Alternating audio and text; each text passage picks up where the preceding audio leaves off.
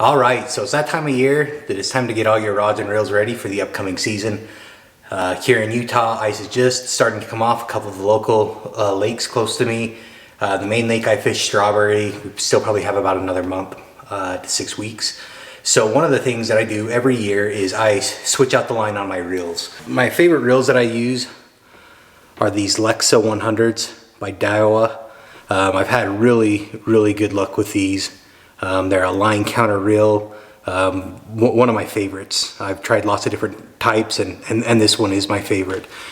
So how often should you switch out your line? I typically do it once a year. I would recommend doing that at a minimum, especially if your boat sat outside. That line will get cold and brittle through the winter. It'll also get memory over time, just being spooled on there. If you fish a lot, you may want to do it mid-season, but for me, I found that once a year is usually enough. So there's lots of different ways to switch out your line. I wanted to put together a quick and easy video that anyone could do with no special tools, requirements. All you need for this method is a water bottle and a pencil. This method, I'm simply going to tie the line onto this water bottle, use this as my spool.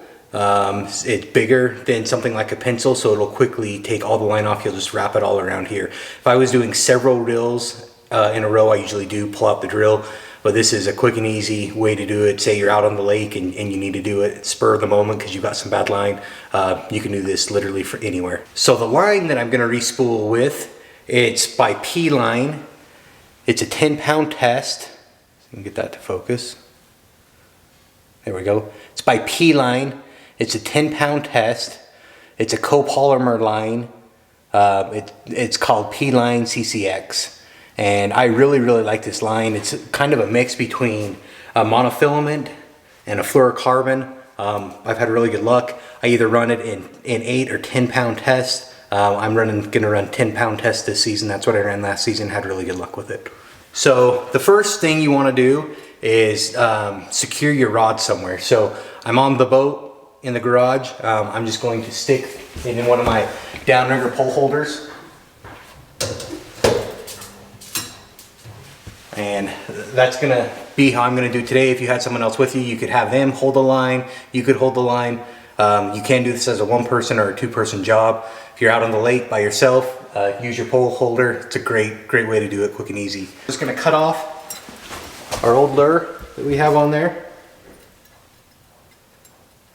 Get out of the way. And we're gonna take our water bottle, and you don't even need to tie it. You just need to get a couple wraps on there. And it'll just wind itself. And then open the bail on your reel.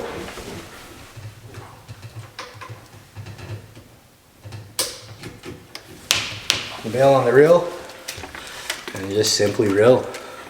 Spool this around here,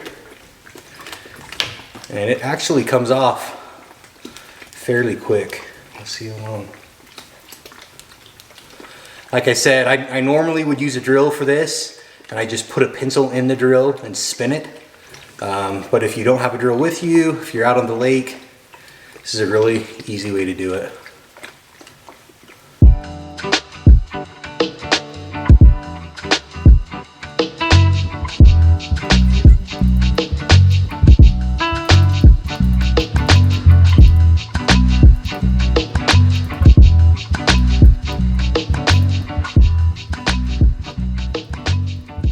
You can definitely feel as you start to get to the end. I'm getting a lot more line twist.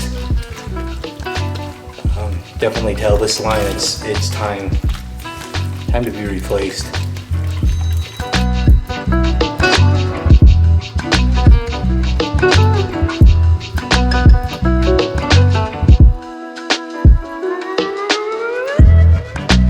Okay, that is the end. Maybe I'll just pull it. Pop my knot, there we go.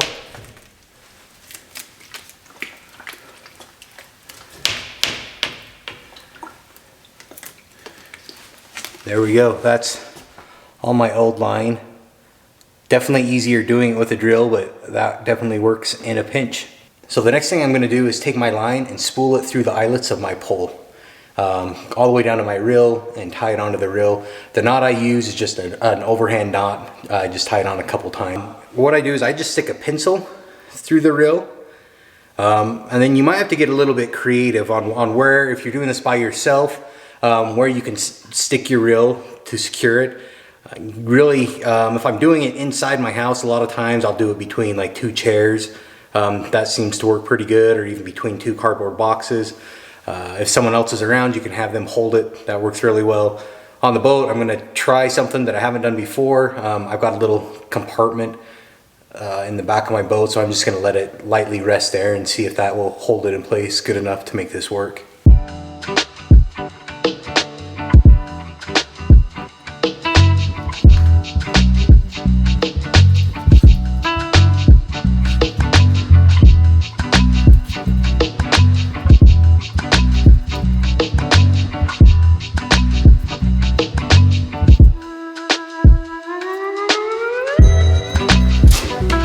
There, it's tied in. Simply just put that spool right there. We'll see if it works. Okay, and then the important part when you're spooling back on is you want to just hold that line in your fingers, put some tension on it so it spools tight as you're reeling.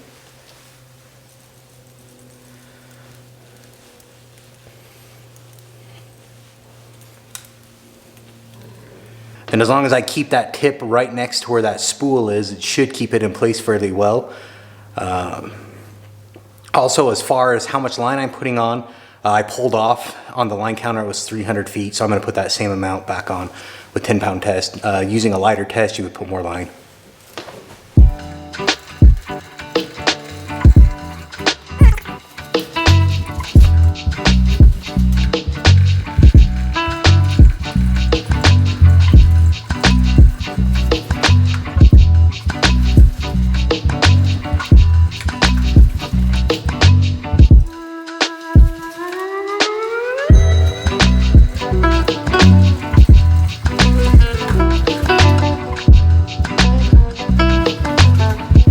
One last time, we're almost there, 45 feet left.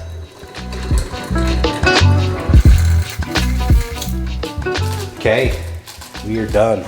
Okay, so after we got our line spooled up good, we're just gonna cut it and retie our lure. And I always just put a dual lock swivel on the end of my line. That way I could switch everything in and out really easy. I've got a whole video on rigging your kokanee and trout lures. Make sure you check that out. I go into more details on how I set everything up. On this, I just tie a polymer knot.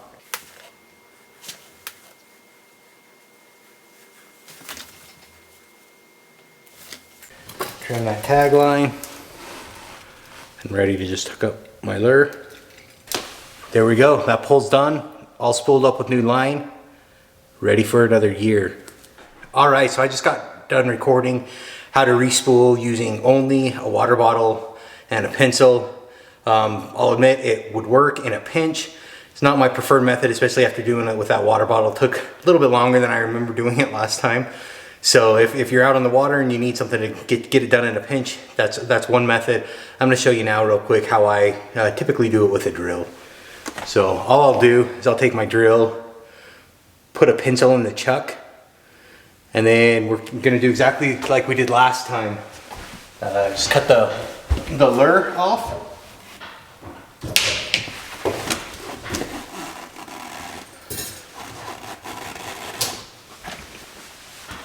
Open the bail.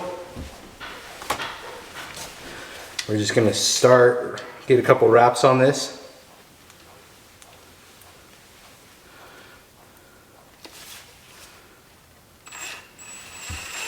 There we go. And then this, much faster.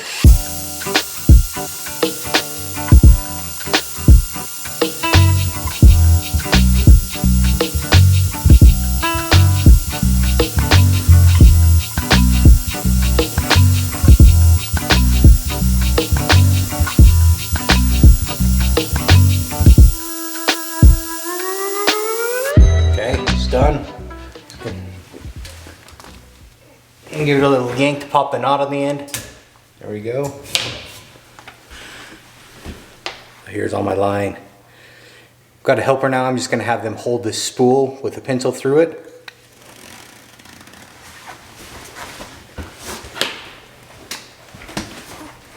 I'm going to stand back far enough that the tip of my pole is right next to it.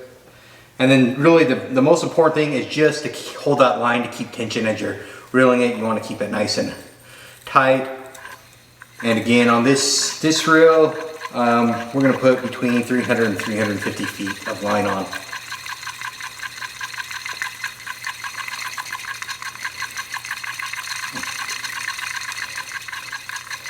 These Lexa reels, they've got a really good gear ratio in it, so it's fairly quick to get them spooled back up. Got 150 feet on.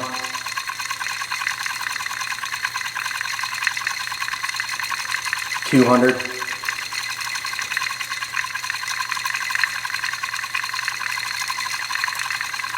$250.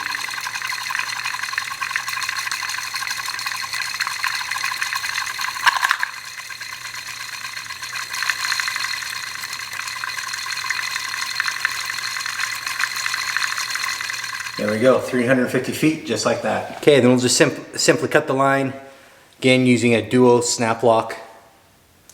Tie a polymer knot onto that. Just really quick, the polymer, all you're going to do is put a loop through your line and do an overhand knot. Looks like this. And then loop your snap swivel through, pull it tight, then trim your tag.